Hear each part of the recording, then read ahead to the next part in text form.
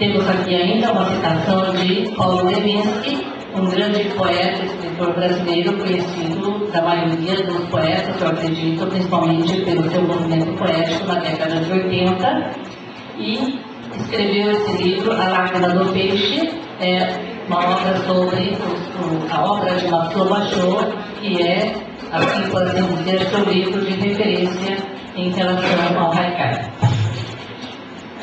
Depois temos aí, então, também, a título de curiosidade, uma explicação sobre o que é o haikai na concepção de Guilherme de Almeida.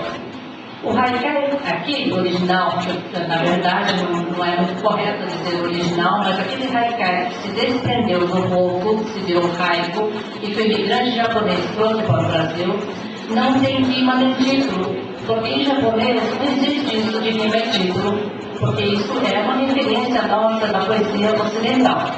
Mas o Guilherme de Almeida, ele fazia questão de nacionalizar, por assim dizer, o haikai, e ele escrevia poemas, então, com rima e com título. Aquele primeiro, por exemplo, o título do primeiro haikai dele é Histórias de Algumas Vidas.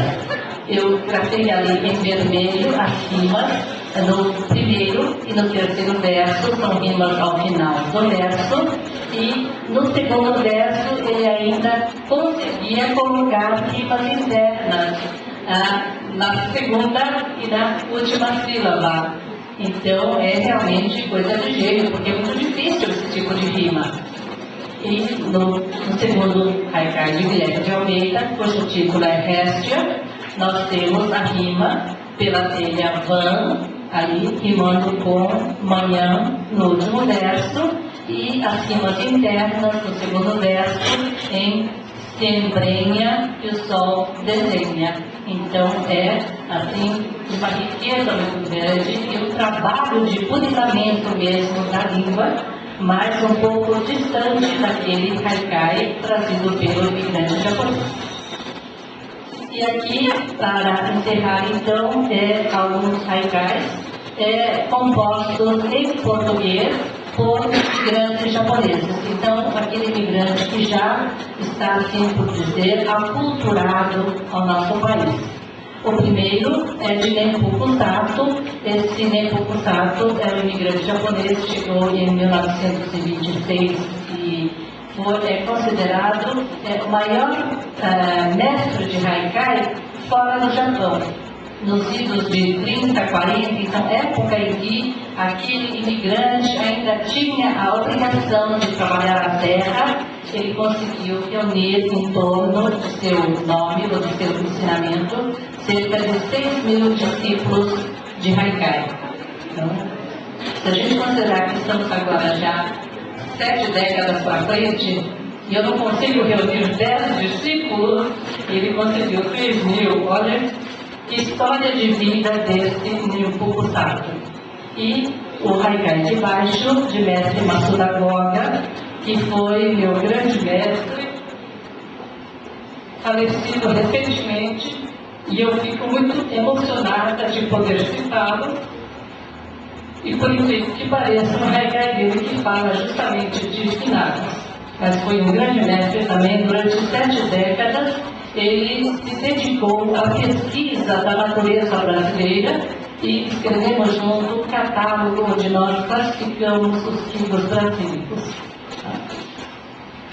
E por último, aí, uma referência bibliográfica para alguém depois quiser consultar as fontes, onde se encontra referências a respeito desse haikai brasileiro. Muito obrigada.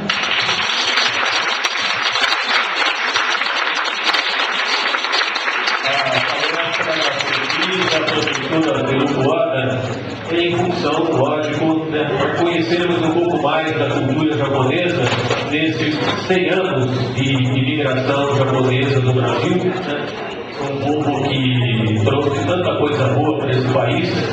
Não, a nossa região aqui, professora, a senhora disse que está se sentindo aqui um peixe fora d'água, né? Mais ou menos assim.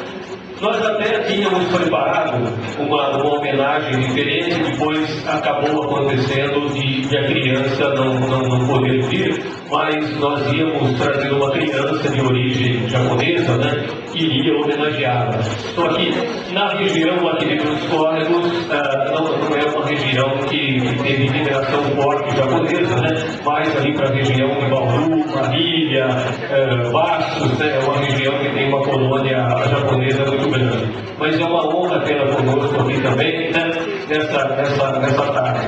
E eu quero convidar a professora Rosa Laura, que está aqui ainda. Então, eu convido a Rosa Laura, que está falando ao telefone celular. O telefone celular é para a homenagem da população de Dos Córregos, pela presença e pela palestra.